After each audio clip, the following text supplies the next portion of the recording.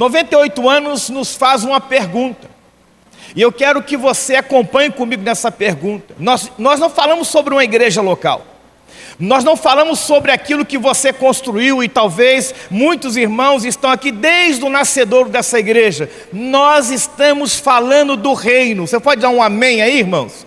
É sobre o reino de Deus.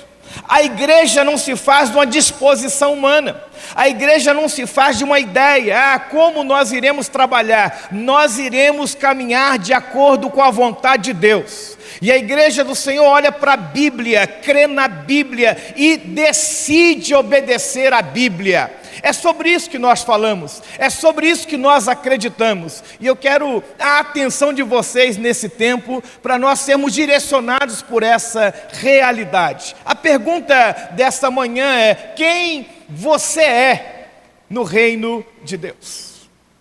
Eu acredito que nesses 98 anos nós precisamos fazer essa pergunta para nós mesmos. E como eu posso responder? Olhando para a Bíblia. Você está com a Bíblia aí? Diga amém. Abra a sua Bíblia em Mateus, capítulo 16, mantenha aberta, versículos 25, 24 e 25. O evangelista vai nos conduzir a um pensamento que deve estar registrado no nosso coração. A Bíblia diz o seguinte: então Jesus disse a seus discípulos: se algum de vocês quer ser meu seguidor, deve esquecer-se de si mesmo, tomar a sua cruz e seguir-me. Pois quem quiser salvar a própria vida a perderá, mas quem abrir mão da própria vida por minha causa a encontrará. Amém, irmãos? Então pensa comigo nesta manhã: quem é você no reino de Deus? O que isso vai nos conduzir a pensar sobre esta data tão significativa, 98 anos. Quem sou eu diante do reino? Essa é a pergunta. E eu acredito que essa pergunta ela serve como um convite de introspecção, de autoavaliação espiritual. Ela sugere que a identidade de uma pessoa dentro do reino de Deus não é algo automático, superficial, mas algo que define pelas suas escolhas, prioridades e compromissos. Vocês hoje pela manhã acordaram decididos: eu vou celebrar o meu Deus. Amém? Muitos estão aqui desde o início, às 8, 8h30, na escola bíblica. Vocês decidiram: eu vou crescer, eu vou aprender mais, eu quero ouvir a voz do Senhor. Uma decisão.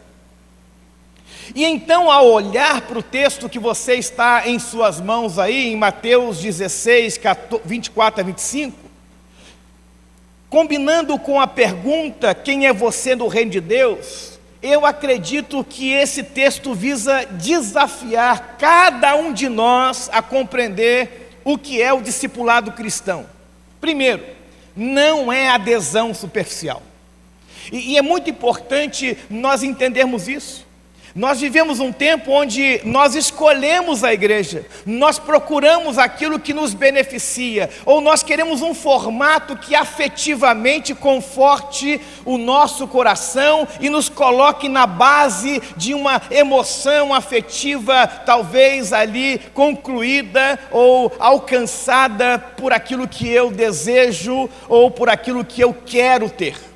E é nesse momento que eu olho para o texto e vejo o desafio de sermos discípulos verdadeiros, comprometidos, transformados, com prioridades e disposições diante do Senhor, olhando para Jesus e entendendo o seu sacrifício.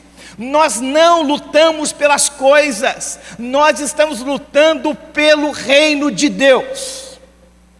Nós não lutamos pelas ideias que eu e você temos, nós lutamos pela verdade do Evangelho.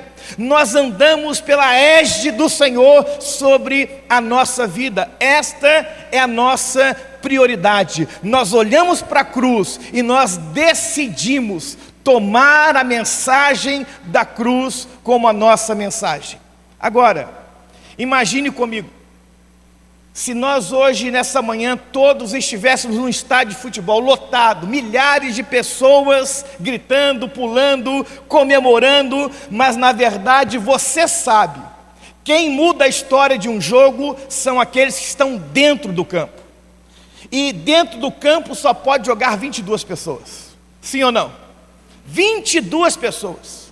Uma multidão gritando, uma multidão torcendo, uma multidão talvez desafiando as equipes, mas apenas 22 pessoas podem mudar a história. 22 pessoas suando, se esforçando, levando pancada, lutando para que algo aconteça, mas milhares assistem, poucos jogam. 98 anos, meus irmãos, que esta igreja hoje comemora, é porque muitos tomaram a decisão de entrar em campo, jogar. Milhares e milhares talvez passaram por aqui, ou centenas de pessoas que ficaram à volta torcendo, e não estão mais aqui. Não estão mais porque entenderam que era apenas parte, eles não pertenciam. Assim é o reino de Deus. Multidões enchem os prédios aos domingos, mas quem de fato está em campo? Essa é a minha pergunta. Quem de fato está fazendo a diferença? Quem é apenas espectador? Quem serve só por obrigação? Quem é amigo da igreja, mas não de Jesus? E quem realmente tem uma aliança com o reino? Muitos amam a igreja, mas não o reino. Muitos lutam pela igreja e não pelo reino. Muitos se apegam à igreja, mas não a Jesus. Há uma multidão de torcedores, e eu acredito que nesses 98 anos que essa igreja está comemorando, pastor Adriano, equipe pastoral dessa igreja, Deus está nos chamando para entrar em campo. Deus está falando, é com as mãos, é com a decisão, é com o coração que nós mudamos a história. Jesus nunca nos chamou de fãs, Ele nos chamou de discípulos apaixonados, dispostos a carregar a cruz e viver a missão.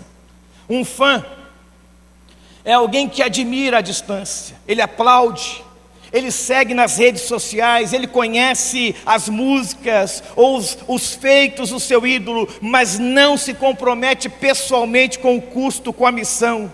Ele apenas quer estar à volta, ele quer apenas desfrutar da bênção. A pergunta desta manhã não se cala: você é um fã ou você é um discípulo? Nós precisamos responder isso. Fãs buscam entretenimento, inspiração, ou algo que o beneficie sem exigir uma mudança profunda da sua vida. No contexto da fé, um fã de Jesus poderia ser alguém que parecia ou tinha a aparência dos ensinamentos de Jesus, do amor, da paz de Jesus. Gosta da ideia da salvação, mas não está disposto a submeter a vida e a autoridade de Cristo ou enfrentar as dificuldades que o segmento implica. Hoje, 98 anos, essa igreja para celebrar. A pergunta é: o Espírito Santo está presente na nossa vida? O Espírito Santo é guia orientador? E aí ele responde, ou pergunta para nós: quem você é no reino de Deus? Eu quero fazer algumas afirmações. A primeira, que vai definir isso: nós somos frequentadores ou espectadores espirituais, ou um espectador espiritual? O que nós somos? E é muito importante responder essa pergunta, pastor, porque senão o irmão vai ter muita dificuldade no decorrer da caminhada. Eu assumi uma igreja com 24 anos de idade. Se você fizer o cálculo, eu tenho 50 hoje. Eu assumi uma igreja muito abençoada, que tinha já a estrutura, nós tínhamos quase 500 membros na época, mas nós éramos uma igreja que nós amávamos mais nós mesmos do que a missão. Nós tínhamos a alegria de sermos uma igreja bem enraizada em uma cidade, mas nós não estávamos alinhados com o propósito de Deus. Uma igreja abençoada, uma igreja que tinha uma visão ministerial, uma igreja que não faltava gente. Nós tínhamos, só para você compreender, 12 corais. Quando eu entrava, aqui tinha um órgão, eu lembro do órgão que tinha aqui, era baixinho isso aqui, né? E na minha época, lá em Queimados, o órgão tocava, e quando eu entrava pela porta que tinha lateral, toda a igreja ficava de pé. Um jovem de 24 anos, e era até poderoso, porque eu fazia assim, o pessoal sentava. E é importante, irmãos, compreender que não é que aquele momento eu estava fazendo algo que não era de Deus, é que eu tinha esquecido que o propósito de Deus é que aquela cidade fosse alcançada por Jesus, que aquele povo entendesse que aquele ambiente não era dos crentes, aquele ambiente era para aqueles que ainda não conheciam a Jesus. E é sobre isso que nós temos que entender. Eu sou um frequentador, porque frequentador gosta de culto, gosta de mensagem. Frequentador talvez esteja anotando aí o meu sermão, vendo se a minha hermenêutica está realmente alinhada com a exegese bíblica. Eu creio que frequentador está sempre pensando: eu faria melhor. Um frequentador sempre está na torcida. E nós precisamos compreender, você talvez pode ser um frequentador de longas datas. E o que te apaixona não é Jesus, são as coisas, são as suas ideias, são os seus pensamentos. E então eu olho para o texto de Hebreus capítulo 10, lá no versículo 25, se você puder abrir, está aí também no projetor, diz o texto: não deixemos de nos reunir como fazem alguns, mas encorajemos uns aos outros, sobretudo agora que o dia está próximo. Irmãos, que texto abençoador. O livro de Hebreus foi escrito para cristãos, e se você olhar para o contexto, ele está falando sobre um contexto de perseguição, de desânimo, e muitos estavam tentados nesse momento a abandonar a fé, a voltar às práticas judaizantes. E então o autor de Hebreus exalta a superioridade de Cristo, um novo pacto, o encorajamento de crentes perseverantes, de crentes que não desistem na caminhada, de crentes que não estão apegados às coisas, mas a Cristo Jesus. Quem é apegado às coisas tem medo de mudança. Quem é apegado às coisas fica sem saber como fazer se as coisas mudam de lugar. Frequentadores querem tudo do mesmo jeito. Frequentadores gostam das mesas no mesmo lugar. Frequentadores gostam do mesmo cardápio. É sobre isso. A união da frase o frequentador ou o espectador espiritual com Hebreus 10, 25, serve como um poderoso lembrete de que o cristianismo autêntico exige mais do que mera presença física. Eu não sou cristão porque há anos eu frequento uma igreja. Eu não sou pastor porque há 25 anos eu prego em um púlpito. Meus irmãos, é o meu coração, é a minha vida. Quem é dono do que sou? É sobre desprendimento, é sobre entrega, é sobre humildade. Ele demanda participação ativa, vulnerabilidade, serviço, compromisso mútuo dentro da comunidade de fé. O Marinho está comigo aqui, é um discípulo meu, ele é líder de célula, e ele deve ter uns 20 anos, 21 anos lá na igreja. Eu batizei ele, batizei a sua esposa. A célula dele já multiplicou 3 vezes. E ele entende, porque ele viu a transição de uma igreja fechada em si mesma, uma igreja muito abençoada, linda, pastor Adriano, mas uma igreja fechada em si mesma, onde as pessoas que vinham de fora tinham muita dificuldade de entrar, porque estava tudo pronto, estava tudo no lugar. Nós não tínhamos o interesse de compreender que aquela pessoa tinha uma pergunta e nós éramos a resposta. Então, quando nós começamos a mudar essa mentalidade, os frequentadores começaram a ficar preocupados, porque as coisas mudam de lugar. Talvez o banco que ele sentava já não tinha mais espaço, porque uma igreja de 430 membros agora tem 1.380 membros. Agora eu chego e eu não tenho espaço para sentar, então o prédio mudou, o lugar de reunião já não é o mesmo. É mais pastores, são mais líderes, são pessoas que eu não conheço, a toda semana eu tenho mais pessoas. Nós chegamos a batizar em um ano 128 pessoas, nós tínhamos costume de batizar 15 no máximo em um ano. Então as coisas mudaram, e aí eu percebi que os frequentadores começaram a se preocupar, porque eles perderam o seu lugar, que acharam que era deles. Irmãos, nós não temos lugar, o lugar pertence ao Senhor. Eu louvo a Deus por 98 anos dessa igreja, enquanto um tempo de igrejas que dão mau testemunho, que dão um registro terrível dessa sociedade, ainda temos igreja que marcam cidades. Mas nós não podemos ser orgulhosos, vaidosos e arrogantes. Precisamos aprender, precisamos crescer, precisamos olhar para fora. Sabe por quê?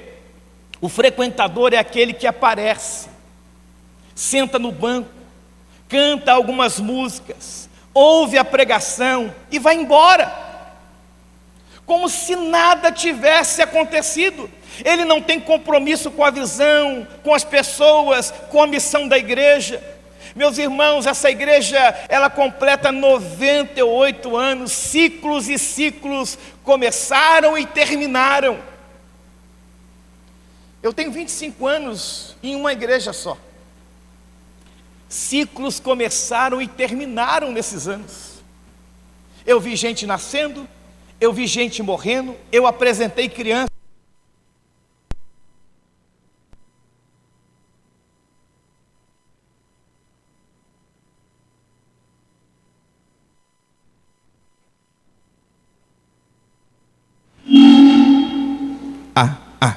Ok. Ciclos aconteceram. Quem está comigo, diga amém. Mudam. Pessoas que eram tão próximas se afastaram. Pessoas tão afastadas se aproximaram. A vida é de ciclos. A vida é de estações. E se nós não entendemos isso, nós ficamos parados. Nós não nos movimentamos, e quem não se movimenta não anda na direção de Deus. Você está entendendo isso aí? Quem não se movimenta não consegue entender o que Deus está fazendo agora. Quem é o pastor dessa igreja, irmãos? Eu sei que alguns mais estudiosos vão dizer, não, é o Senhor. Sim, irmãos, mas o pastor desta igreja, para esse tempo, se chama Adriano. Há um amém, irmãos? Então, ele crê na Bíblia, e por isso vocês convidaram. Ele é apaixonado por Jesus, a vida dele, a família dele é um espelho para esta igreja, e deve ser um testemunho. Então, irmãos, estejam atentos à direção pastoral, estejam realmente com o coração aberto, e mesmo que você não entenda, deixa Deus usar através de quem o Senhor plantou aqui neste lugar. É importante entendermos isso. Sabe por quê? Senão nós não conseguimos entender a visão. E quem não entende a visão não consegue cumprir a missão. E se você é um frequentador, é um visitante constante, mas nunca um participante real. As pessoas te veem, mas não pode contar com você. Eu destaquei algumas coisas importantes, algumas características de um espectador espiritual. Eu queria que você pudesse ver aí, pode destacar para mim, colocar no PowerPoint, algumas características: passividade, consumo, individualismo e falta de compromisso. Individualismo. A passividade é o seguinte: eu não me envolvo. Ah, não, é muito complicado. Eu não me coloco à disposição para o discipulado. Os mais antigos devem ajudar os mais novos, irmãos. Essa é a coerência bíblica da palavra. Outra coisa importante dos frequentadores: eu quero é consumir. Busca apenas receber uma boa pregação, um louvor agradável, um conforto. Sempre está comprando uma Bíblia nova, um livro novo e não lê. Não tem intenção de contribuir. Só quer receber. O individualismo vê a fé como uma experiência primariamente pessoal. Não há necessidade de eu me comprometer com essa comunidade. Eu vi vocês falando de célula. Eu acredito que vocês estão entendendo que não existe viver uma igreja dentro de uma comunidade fechada. Nós precisamos abrir a nossa casa. Deixa eu falar para você: a sua casa é uma plataforma da glória de Deus. Quem crê nisso, diga amém. Você acha que Deus te deu uma sala tão bonita, aquele televisor de 70 polegadas? Você acha que Deus te deu vizinhos simplesmente para que eles possam te dar bom dia? E aí, seu João, Deus quer que você seja a luz no meio das trevas. Eu pergunto para você: quem já viu um avião no céu? Todos nós. A minha casa fica no trajeto dos aviões que querem pousar no Galeão. Eu vejo sempre um avião no céu. E eu pergunto a vocês: quantas asas tem um avião, gente? Quantas asas? Quem já viu um avião de uma asa só? Não tem, não existe. Nem o Elon Musk fez. Ele fez o jato da ré, mas não conseguiu fazer um avião de uma asa só. Por quê? A aerodinâmica não pode ser testada, ela precisa ser obedecida. Então o avião tem duas asas para quê? Para que ele decole e possa planar no ar. Eu cresci numa igreja de uma asa só. Vem para o domingo, vem para a quarta-feira, vem. Nós não somos da igreja do vem, nós somos da igreja do ide. Você não entendeu? Na minha igreja dão glória a Deus, dão um aleluia. É batista, mas dá glória a Deus, irmãos. Nós não somos da igreja vem.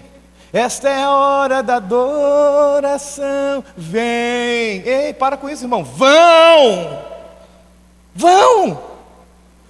A igreja que nós cremos não é a igreja do vem, é a igreja do vai. É sobre isso que Deus fala para nós nesse tempo. É a Bíblia que nos ensina. Pode passar o próximo, por gentileza. Falta de compromisso reina. A presença é condicional, é baseada na conveniência, é no que na igreja pode me oferecer. Ah, no meu tempo não era assim. Irmãos, o seu tempo já passou, infelizmente. Mas por outro lado eu dizer assim: quem tem 70 anos aqui, levanta a mão. Tem gente de 80? Levanta a mão. 80. Glória a Deus. Tem 90? 90? A senhora tem 90? 90, glória a Deus, aleluia. A senhora que tem 90, a senhora é a mais antiga da gente. Deus abençoe, a senhora é linda. Olha para mim aqui. O tempo da senhora é agora. Nós falamos assim: ah, mas o meu tempo já passou. O meu tempo é agora. A senhora tem quantos anos? 93, a senhora recebe? O tempo da senhora é agora. Deus vai usar a senhora com poder agora. Nós esquecemos, aí falamos assim: ah, no meu tempo. O nosso tempo é agora. Abra o seu coração para o novo. É isso que nós precisamos entender. Outra coisa de um frequentador é o distanciamento. Ah, mantém barreira entre si e os outros membros, evita relacionamento mais profundo, não querem ter responsabilidade. Ah, pastor, abri a minha casa. Ah, aqui é perigoso. Ah, todo mundo vai entrar na minha casa. Irmãos, nós somos chamados para abençoar os desconhecidos. O convite do Evangelho foi para as vielas, para os lugares mais pobres. Nós somos chamados para que a luz reine, porque quando uma lâmpada acende, as trevas não têm chance, elas precisam ir embora. Há uma palavra do Billy Sunday que para mim é poderosa. Ele diz a seguinte frase: frequentar uma igreja não te faz cristão, assim como estar em uma garagem não te faz um carro. Está entendendo? Você pode estar aqui há muitos anos, frequentar a escola bíblica há muitos anos, mas isso não te faz um cristão. Como se você entrasse numa garagem e falasse assim: eu sou um carro. Não é. É muito importante nós entendermos isso. A frequência de um culto por si só não transforma ninguém. O evangelho é uma decisão de entrega, não apenas de presença física. Eu não falto um domingo, eu não falto uma célula. É como se alguém que vai ao restaurante toda semana, mas nunca cozinha para ninguém, nunca aprende uma receita, nunca alimenta os outros. Eu gosto muito de ver receita na internet. Tem alguém comigo aí? Eu amo ver. E eu vejo, eu salvo. Eu tenho um grupo só meu, que eu coloco receitas. Um dia minha filha sentou do meu lado e falou assim: pai, que receita maravilhosa. Eu falei: não é, filha? Aí ela falou comigo: só há um problema. Eu falei: qual é o problema? Você nunca faz. Entendeu, irmão? A gente aqui, que sabe tudo, tem a receita, mas nunca faz. Tem gente aqui discutindo o sexo dos anjos, perguntando se Adão teve umbigo ou não, mas nunca faz. E então, naquele momento que a minha filha falou isso para mim, eu falei: toda segunda-feira, quando eu puder fazer, eu vou fazer o almoço de casa. Eu vou colocar em prática o que eu estou aprendendo. Irmãos, cristianismo é vida prática. Sai da teoria, começa a colocar em prática. Você tem uma casa, é naquele lugar que Deus operará milagre na vida de muitas pessoas. A segunda coisa é o que serve. Pode passar para mim aí. O escalado sem coração. Tem gente que serve, trabalha, parece que é um funcionário do ano da igreja, mas o coração não está ali. Não é o que você faz, é onde está o seu coração. Qual é a motivação do que você faz? Um texto lindo que está lá em Colossenses 3, nos versículos 23 e 24, o autor bíblico diz assim: trabalhem de bom ânimo em tudo o que fizerem, como se fosse para o Senhor, e não para as pessoas. Lembrem-se de que o Senhor lhes dará uma herança como recompensa, e de que o Senhor a quem servem é Cristo. A carta de Paulo aos Colossenses, que você pode constatar comigo aqui, é um chamado à maturidade cristã.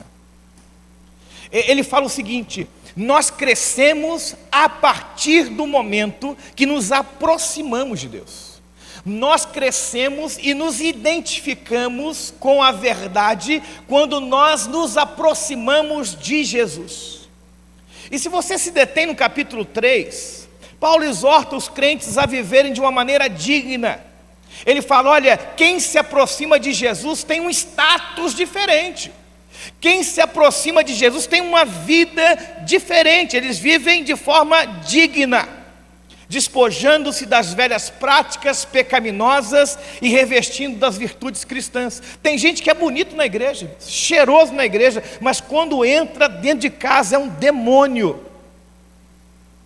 Eu sou pastor há 25 anos, irmãos. Tem casais que entram na igreja e são lindos, mas quando a gente se aproxima, eles estão estragados. Um dia desse, uma irmã lá da igreja me convidou para a inauguração de um salão de beleza que ela fez lá na Barra da Tijuca. E eu fui. Chegando lá, estava tudo muito bonito, muitas pessoas, e eu fiquei na porta. E ao fundo havia assim uma cascata de folhas verdes, que me encantou. Vou ser sincero, eu olhei e falei: meu Deus, que lindo! Como ela conseguiu plantar nesse espaço essas folhas em pouco tempo. Eu falei: deve vir pronto. Eu creio que ela foi num horto e alguém preparou um jardineiro especial aqui da Barra, preparou isso. E eu fiquei empolgado. Eu falei assim: quando eu for falar, eu vou ficar bem próximo. Eu vou bem próximo. E quando chegou a minha hora, eu cheguei bem próximo. E aí, quando eu segurei naquela cascata de plantas, que decepção! Era de plástico, pastor. E na mesma hora Deus falou comigo o seguinte: tem muito crente assim, de longe é lindo, mas quando você se aproxima é de mentira. Eu creio que nesses 98 anos Deus está chamando a atenção dessa igreja para sermos crentes de verdade. É sobre isso que é a palavra de Deus. Por isso que a expressão é bom ânimo, de todo o coração. Em outras versões, a chave aqui não se trata apenas de fazer, mas de como se faz. Você está entendendo, irmão? Não é o que eu faço, é como eu faço. Isso implica a qualquer tarefa, seja no seu trabalho secular, em casa, na igreja, ou em qualquer área da sua vida. A qualidade do serviço é intrinsecamente ligada à inteiritude ou à atitude interna da sua vida. E ele diz o seguinte: como se fosse para o Senhor e não para as pessoas. Eu não vim pregar para vocês, eu vim cumprir uma ordem de Deus para estar aqui hoje. Hoje é domingo, irmãos. Eu não saio da minha igreja no domingo, o Marinho sabe disso. Mas quando for o Marechal Hermes, eu falei: eu tenho uma dívida com o Marechal Hermes. Mas eu não vim por causa de vocês, eu vim por causa de Deus. Talvez alguns estão ouvindo assim: ah, pastor, vem com esse papo não. Mas eu quero dizer assim, com maior simplicidade, eu vim entregar o que Deus mandou entregar para vocês. E é importante olhar, porque o texto de Colossenses diz: olha, como se fosse para o Senhor e não para pessoas. Esta é a motivação central. O convite a perspectiva muda completamente quando o serviço é visto como uma oferta a Deus e não primariamente a seres humanos. Você não está aqui sendo convidado a servir o pastor ou a servir outro irmão. Você está aqui convidado a servir o seu Deus. E quando você serve o seu Deus, você consegue servir o seu irmão com amor e com a verdadeira motivação. O escalado sem coração é o irmão que está na escala. Você conhece? Talvez seja você. Ele canta, ele toca, ele recebe na porta, ele está na mídia, mas ele cumpre a sua função, é mecânico.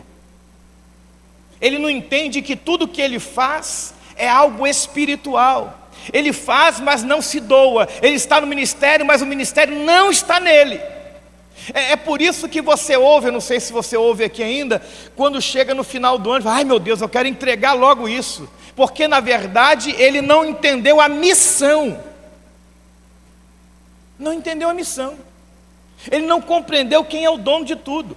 Há uma frase do Adam Tozer, e eu destaquei aqui para você, eu acho poderosa essa frase, quando ele diz assim: Deus não quer apenas o que você faz, Ele quer o seu coração. Deus não está atrás do seu trabalho, irmãos. Deus está à procura de um coração a serviço dEle. E aí eu entendo que serviço sem paixão é propósito que vira religiosidade. Deus procura servos que o amem mais do que a sua função. Há pessoas tão preocupadas em o que fazer dentro da igreja, o que vão me chamar, qual é o meu título, que esquecem da missão. É como o garçom de um restaurante. Ele serve as mesas, mas nunca prova a comida que serve. A terceira coisa que eu quero destacar nessa manhã é os amigos da igreja. Eles estão relacionados, mas não aliançados. Eles estão em um hall de membros, mas eles não fazem parte da família. Essa expressão, para mim, descreve pessoas que têm um certo nível de conexão com a comunidade religiosa. E nós vivemos no século 21 assim. Pessoas que estão cirandando no meio da igreja. Eles ficam um tempo. Eles ficam andando com a gente até acha que pode contar com eles, mas na verdade a ligação é religiosa, não se aprofundam na conexão, não há compromisso, não há aliança, não há de forma alguma ligação com Jesus Cristo. A ideia subjacente é que a igreja, nós temos que entender, não é um clube social ou um ponto de encontro, mas uma comunidade forjada por uma aliança com Deus e através de Jesus. Eu digo para vocês de coração, se fosse por causa da igreja, eu não estaria na igreja. Se fosse por causa das pessoas que frequentam a igreja, eu não seria pastor. Mas isso não tem nada a ver com o reino de Deus. Eu sou pastor por causa de Jesus. Eu sou pastor por causa de Deus. Eu sou pastor por causa do Deus Espírito Santo. Há uma missão, há um propósito. Senão eu fico dizendo, como a igreja é difícil. Que nada. Como é pesado ser pastor. Irmão, é uma diversão. Eu estou cumprindo uma missão. Tem um monte de gente equivocada na igreja, e tem, e vai ter sempre. Mas estas pessoas não representam o reino de Deus. Então para de falar assim, eu me afastei porque alguém me deu uma palavra dura, alguém não me deu bom dia, boa tarde, boa noite. Ei, qual é a sua motivação? A minha é servir a Cristo. Talvez eu saia daqui e nunca mais volte. As pessoas dizem, que pastor desaforado. Mas eu digo para você, eu estou abrindo o meu coração. Eu estou sendo sincero naquilo que eu acredito, olhando para a palavra. Nós não somos chamados para fazer parte de um clube, irmãos. Nós somos parte do reino de Deus. Agora, ser um amigo da igreja nesse sentido limita a experiência de fé e impede o crescimento para um discipulado pleno. Lá no Evangelho de João, no capítulo 15, versículos 14 e 15, eu estou usando a versão NVT, ele diz assim, vocês são meus amigos se fazem o que eu ordeno.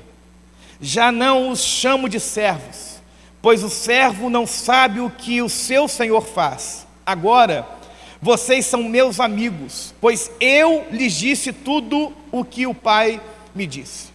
Preste atenção. Essa pessoa ama estar no meio do povo de Deus. Tem amigos na célula, ama estar no ambiente da comunidade, gosta desta comunhão, mas ainda falta um passo: compromisso espiritual com a missão e com o reino.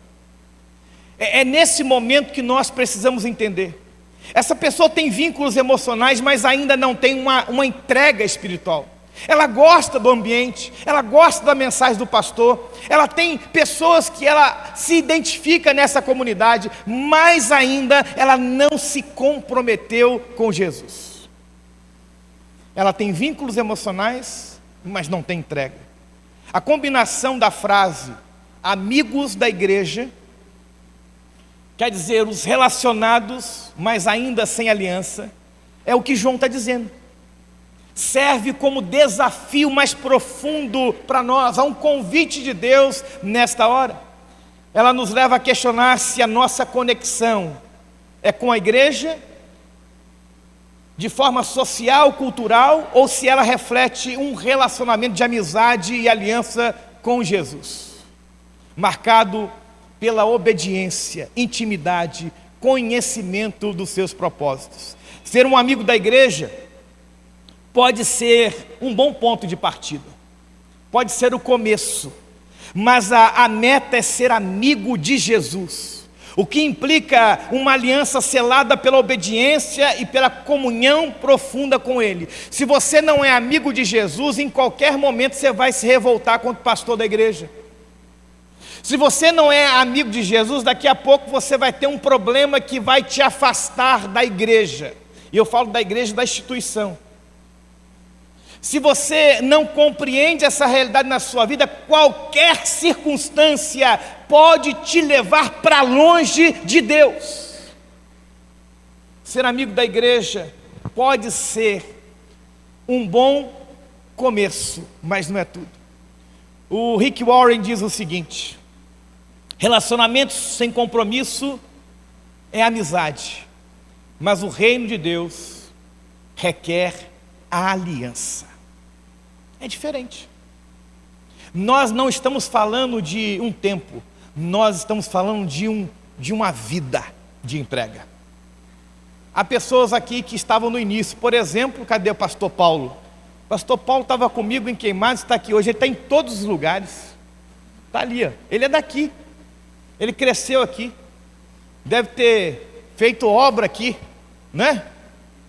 Pastor Paulo veio junto com Noé, quando o Ararate, está lá. Pastor Paulo, você ama Jesus, Pastor Paulo? Anda com Jesus? Porque ele não está à procura das circunstâncias. Quantos de nós aqui, tem gente aqui da antiga, eu sei que tem, eu vi lá o Instagram, gente aqui do início, tem fundadores aqui ainda, aquele do início, do primeiro? Não, tem gente lá. A senhora tem tudo também, a senhora veio com Noé também, a senhora, hein? Esses irmãos estão aqui por causa de quê, irmãos? Porque essa igreja não tem problemas? Não, porque eles tomaram uma decisão de andar com Jesus. É isso que muda tudo. É isso que transforma a nossa vida. Eu tomei uma decisão de andar com Jesus, irmãos.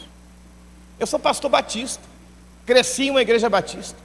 Quando eu cheguei na minha igreja, de Jesus, que Ele me permite pastorear, a minha esposa fez a seguinte pergunta: quantos anos a gente vai ficar nessa igreja? Tinha nem começado o ministério. Aí eu falei assim, uns 5 anos. Aí ela falou, mas isso tudo? Porque pastor batista fica 5, 6, 7 anos. Aqui vocês tiveram, ministérios longevos, mas lá em Queimados não, o máximo era 7 anos. E eu completei 20, vou completar 26 anos. Por quê, irmãos? Porque é uma igreja perfeita? Porque é uma igreja sem problemas? Não, porque eu tomei uma decisão com Jesus. Isso muda tudo. Eu vou dizer para você, a melhor igreja do Rio de Janeiro é Queimados. O povo mais feliz é de Queimados. O pastor mais bonito, claro que é de Queimados. Está entendendo? Mas não é por causa das circunstâncias, é por causa de Jesus. Isso muda tudo. Deus nos chama para mais do que amizade com os crentes. Ele nos chama para um pacto com Cristo e a sua missão. Isso é importante uma igreja que acredita nos pequenos grupos entender, porque é dessa forma que nós somos movidos a olhar, porque Deus me deu uma casa, porque eu tenho uma sala, é para que estas pessoas que ainda não conhecem a Jesus, conheçam. Deixa eu falar algo. Vocês têm quantas células aqui, pastor? 15 células, louvado seja Deus. O que acontece? Nós achamos que liderar célula é para alguns, é para todos. E outra coisa, célula não é lugar de crente. A gente fica na igreja, vai para a minha célula. Vai para a minha célula, vai ser líder de célula. A minha célula é para alcançar pessoas inalcançáveis. A minha célula é para que os meus vizinhos não só digam, ali é a casa do pastor, é para que eles possam entrar na minha casa e ver quem é de verdade o pastor. Pregar é fácil demais, irmãos.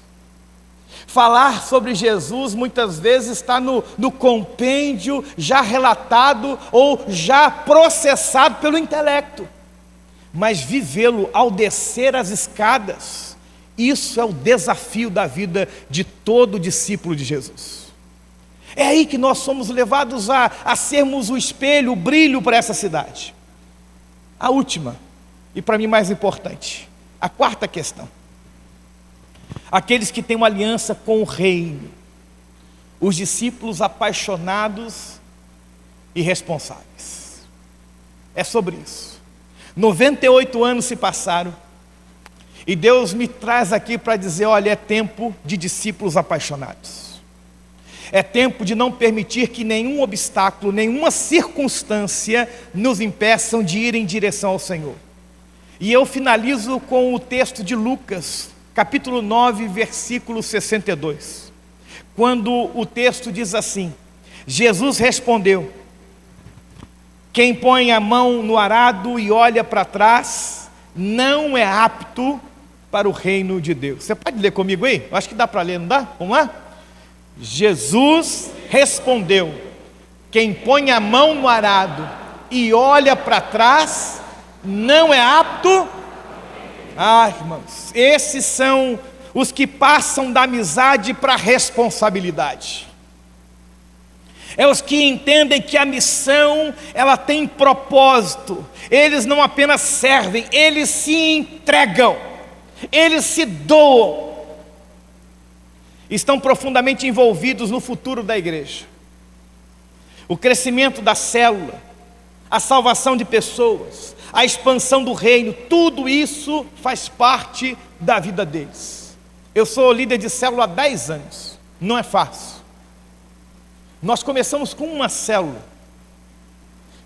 Eu comecei com a primeira célula, e eu falei para a minha igreja, e ninguém acreditava. Ninguém dizia: ah, pastor, para com isso.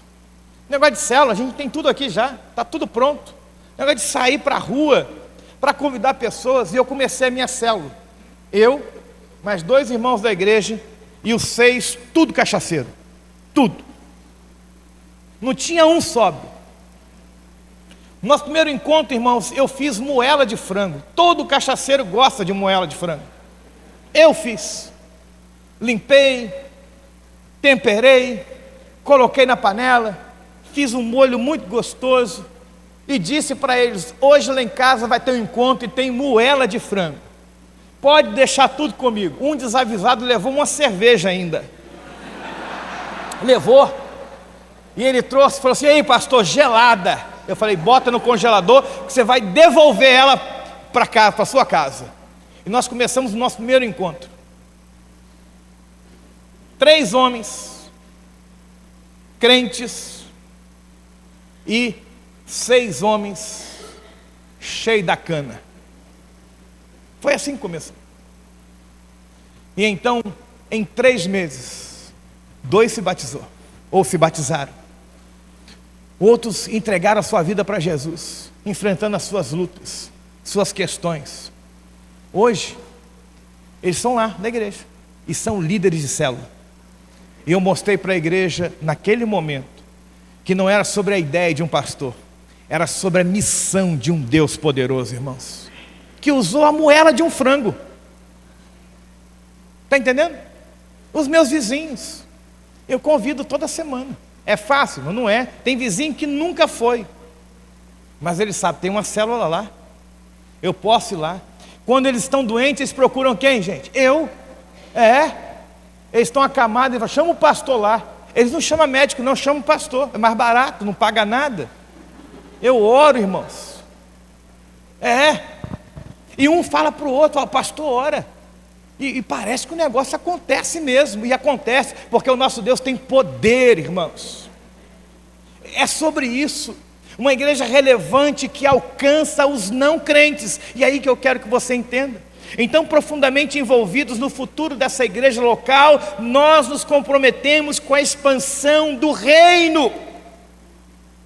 Eles são aqueles que oram com lágrimas, que contribuem com generosidade, que lideram com paixão e que não desistem em meio às lutas. Estes, aliançados por Deus, é isso que Deus está chamando, homens e mulheres aliançados. Estes são aqueles que estão sempre nas mãos de Deus. A expressão descreve para mim o ápice do discipulado. Uma aliança é um pacto solene, um acordo mútuo de compromisso e lealdade. Ter uma aliança com o reino de Deus significa que a pessoa não está apenas ligada a Jesus por uma crença teórica, mas por um compromisso de vida total. Isso implica algumas coisas. E eu coloquei também no PowerPoint: paixão, responsabilidade e compromisso incondicional. A palavra paixão, para mim, por muitos anos, não é? A palavra paixão, coloca aí, antes, paixão, aí. Não, que paixão, pastor? Paixão não sustenta nada, é verdade, mas não é sobre sustentar. Paixão é fogo. Quem lembra do namoro aí? Paixão, irmão. Você sair de um ponto A para um ponto B. Depois que casa, amor, joga o lixo fora. Eu não, joga você. Andava quase a noite inteira para chegar na casa de alguém. Agora não quer nem ir para a rua. Falta o quê? Paixão. Tem gente que fala assim: ah, no meu primeiro amor. Eu me lembro quando eu estava em meio a pastores, no retiro de pastores. E eu comecei a falar sobre aquilo que Deus estava colocando no meu coração. E um pastor da antiga falou assim: menino, calma, você ainda está no primeiro amor. Logo, logo o fogo apaga. Eu quero ver esse pastor de novo, irmãos. Porque eu vou dizer com ele que o fogo só aumenta. O meu primeiro amor parece que consome a cada dia a minha alma. Está entendendo? Eu não acredito em crente que fala assim: não, porque isso aqui é primeiro amor. Irmão, eu estou no primeiro amor. Eu me batizei com 8 anos de idade. Eu não tenho história de dizer que eu sou ex. Não fui ex nada. Eu não tenho testemunho de derrota nenhum para falar que porque eu era traficante. Não tenho não, irmão. Não tenho. Eu sou um pecador resgatado na infância. Eu entendo isso. Eu sou grato por isso. Deus me preservou. Deus me curou. E eu não vou ficar calado. Eu não vou ficar parado. Eu sou apaixonado sim por Jesus. Paixão não é um segmento morno, ocasional, é entusiasmado, é um zelo, é um amor profundo por Jesus, a propósito. A paixão move a ação, meus irmãos, é a perseverança, mesmo diante das dificuldades. A outra coisa que nós temos que ter é responsabilidade. O discipulado desta aliança reconhece o papel ativo do reino. Ele não é um mero consumidor da fé. Eu não vim aqui para pregar para vocês, eu vim aqui celebrar o meu Deus. Eu vim adorar o meu Senhor. Eu saí de Queimados, numa terra tão distante, para estar aqui. Porque eu acredito que Deus não faz nada por acaso. Se Deus me colocou aqui nesse lugar, é para ativar a fé de muitas pessoas que estão aqui. Eu não acredito que a gente se encontra no domingo, pastor Adriano, de vez em quando, para fazer algumas coisas. Nós estamos aqui porque Deus está alcançando o nosso coração. Enquanto eu estou falando, pessoas estão sendo curadas. Enquanto eu estou falando, pessoas estão sendo ativadas, estão sendo avivadas. Eu acredito nesse movimento de Deus. Não para de achar que Deus age no seu script. Deus é Senhor, Ele governa sobre todas as coisas, você querendo ou não. A outra coisa é compromisso incondicional. A aliança com o reino exige uma prioridade absoluta. Todas as outras coisas são secundárias em relação à nossa lealdade. Por isso que eu venho cedo para a escola bíblica. É por isso que eu me preparo para a célula. É por isso que eu me preparo para falar no trabalho para o meu amigo, na faculdade para a minha amiga. É por isso que eu estou sempre em busca de uma palavra que Deus semeia no meu coração para eu transbordar na vida de alguém. Amém? Quando algum cristão é convidado para... Você podia dar uma palavra assim: eu não estou preparado. Irmão, então se prepara. Se prepara. Eu me lembro, na época de seminarista, pastor Ebenezer Soares dizia para a gente: é inadmissível um seminarista com a Bíblia nas mãos, 66 livros, não é isso que tem na sua Bíblia? Na minha também, e não ter uma palavra para liberar para a igreja. Irmãos, quando eu ouvi aquilo, eu nunca saí do seminário ou para qualquer lugar sem uma palavra no meu coração. Na época a gente ia para o banco, né? Enfrentava a fila. Irmãos, eu morei na Tijuca, ali na Sanspenha. Meu banco era o Cred Real. Nem o Cred Real existe mais. Eu ia lá no Cred Real, enfrentava a fila. Coitado de quem estava à frente ou atrás, ia ouvir sobre Jesus. Eu tinha uma palavra. Eu tinha uma palavra. Eu estava preparado, eu não precisava de microfone, de plataforma, eu estava cheio de Jesus. Ou melhor, eu vou mudar o tempo, eu estou cheio de Jesus. É esse tempo. O Leonardo Ravenhill, ele diz o seguinte, naquele livro que todo crente tem que ler, que é Porque Tarda o Verdadeiro Avivamento. Ele diz a seguinte frase: o reino de Deus não avança com espectadores, mas com soldados dispostos a morrer para que outros vivam. A expansão do reino é um chamado de entrega, de renúncia, de sacrifício. Discípulos verdadeiros vivem para o reino crescer, não é para a igreja crescer, é para o reino. Quando nós falamos sobre os pequenos grupos, alguns dizem: só está pensando em crescer a igreja, em ter muita gente. Não, nós estamos falando sobre invadir o inferno, esvaziar o inferno. É não permitir que o mundo tenha prioridade na vida dos corações, porque primeiro é o Senhor, Criador de todas as coisas.